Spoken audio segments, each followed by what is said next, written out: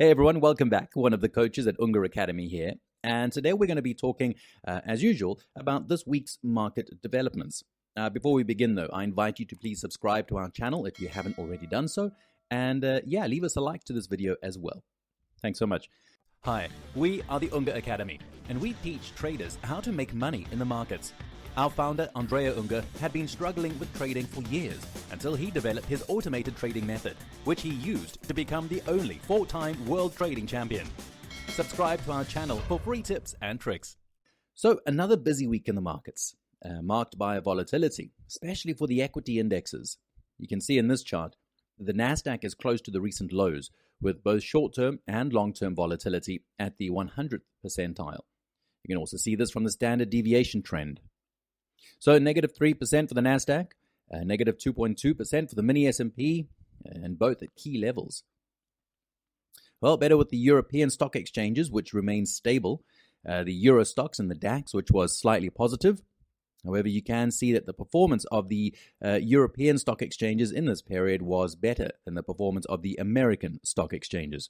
Of course, the volatility in the long term also turned out to be lower. As for bonds, we saw a rebound. This is the second week in a row, something that we haven't seen in quite some time. So that is definitely a good signal. Let's see if it is indeed a stop sign for the downtrend in bond markets.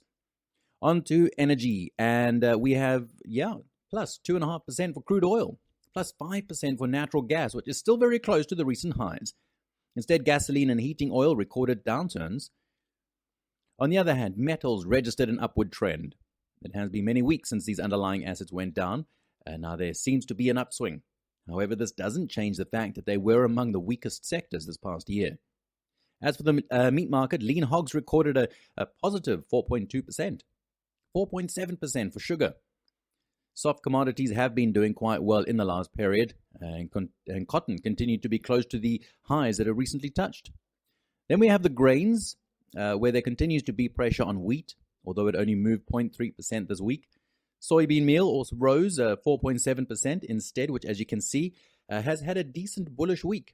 It almost looks like a trend reversal. Finally, to report that all currencies are going strong against the dollar. In particular, we see euro-dollar reaching value of 1.0562 today.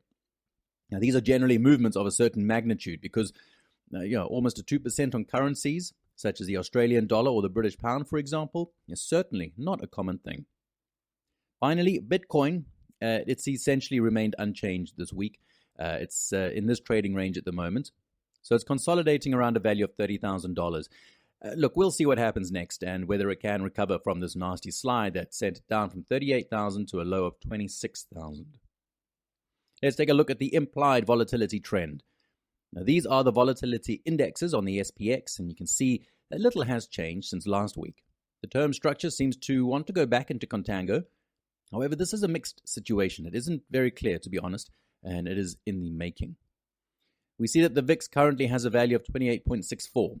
This is a situation that needs to be monitored closely because it isn't clear and could, if the key levels we've seen on the US exchanges break, lead to further volatility in the markets.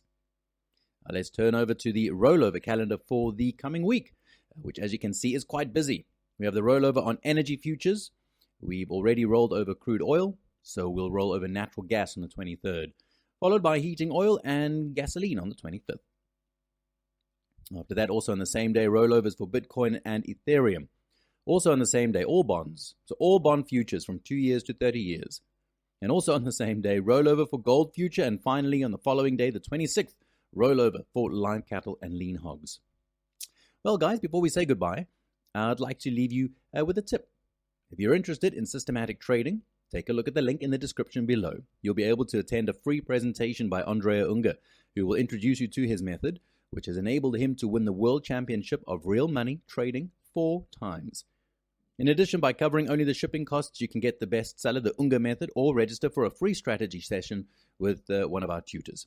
And that's it for this week. Please don't forget to leave us a like to this video and remember to subscribe to our channel. Have a great weekend, and we'll see you all next week. Bye-bye.